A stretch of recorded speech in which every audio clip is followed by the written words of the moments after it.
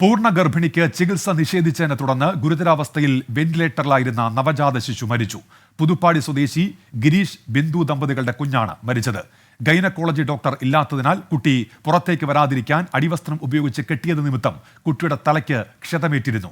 കഴിഞ്ഞ 4 മാസമായി കോഴിക്കോട് മെഡിക്കൽ കോളേജിൽ വെന്റിലേറ്ററിലായിരുന്നു കുഞ്ഞ്. ചികിത്സാ പിഴവുമായി ബന്ധപ്പെട്ട വാർത്ത 24 പുറത്തുവിട്ടതിന് പിന്നാലെ മനുഷ്യാവകാശ കമ്മീഷൻ കേസെടുത്തിരുന്നു. രാഹുൽ സുരേഷുണ്ട് ഇപ്പോൾ കോഴിക്കോട് നിന്ന് വിവരങ്ങളുമായി. രാഹുൽ, വിശദാംശങ്ങൾ. ഉന്മേഷ, ഈ കുട്ടി കഴിഞ്ഞ 4 മാസമായി കോഴിക്കോട് മെഡിക്കൽ കോളേജിലെ വെന്റിലേറ്ററിൽ തുടരുകയായിരുന്നു. അതിനിടെ ഇന്നലെ പുലർച്ചെയാണ് നവജാത ശിശു മരിക്കുന്നത്. കോഴിക്കോട് പുതുപ്പാടി സ്വദേശിയായ ഗിരീഷിന്റെയും ബിന്ദുവിന്റെയും നവജാത ശിശുവാണ് ചികിത്സാ പിഴവെന്ന പരാതി നിലനിൽക്കെ മരിച്ചിട്ടുള്ളത്. ഈ സംഭവം നടക്കുന്നത് കഴിഞ്ഞ ഡിസംബർ 13-നാണ്. ബിന്ദുവിനെ പ്രസവ വേദനയുമായി താമരശ്ശേരിയിലെ താലൂക്ക് ആശുപത്രിയിൽ എത്തിക്കുന്നു.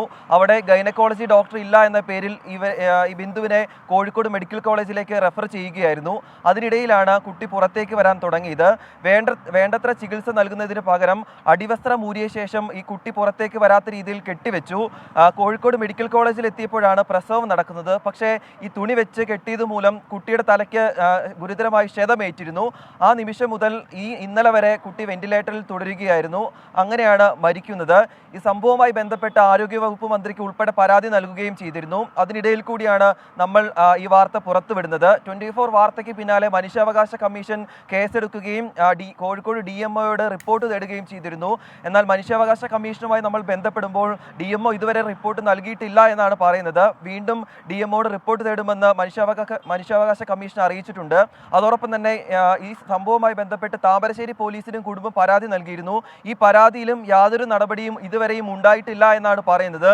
കുടുംബവുമായി നമ്മൾ അല്പം മുമ്പും സംസാരിച്ചു. കുടുംബം മുന്നോട്ട് വെക്കുന്ന പ്രധാനപ്പെട്ട ആവശ്യം താമരശ്ശേരി താലൂക്ക് ആശുപത്രിയിൽ ആ നിമിഷം ഡ്യൂട്ടിയിൽ ഉണ്ടായിരുന്നവർക്കെതിരെ കൃത്യമായ നടപടി സ്വീകരിക്കണമെന്നാണ് പറയുന്നത്.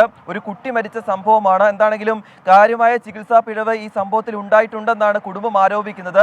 അതിൽ വ്യക്തത വരുത്തേണ്ടത് ആരോഗ്യവകുപ്പും അതോടൊപ്പം പോലീസുമാണ്. ഉന്മേഷ്, ശരി, ചികിത്സാ പിഴവെന്ന് കുടുംബം ആരോപിക്കുന്നു. രാഹുൽ സുരേഷാണ് കോഴിക്കോട് നിന്ന് വിവരങ്ങൾ നൽകിയത്. ലോകത്തെവിടെയായാലും ഏത് സമയത്തും 24 വാർത്തകളും ഓഗ്മെന്റഡ് റിയാലിറ്റി പാക്കേജുകളും എക്സ്പ്ലെയിനറുകളും വിശദമായി കാണാൻ ഞങ്ങളുടെ യൂട്യൂബ് ചാനൽ നിങ്ങൾക്ക് സബ്സ്ക്രൈബ് ചെയ്യാം.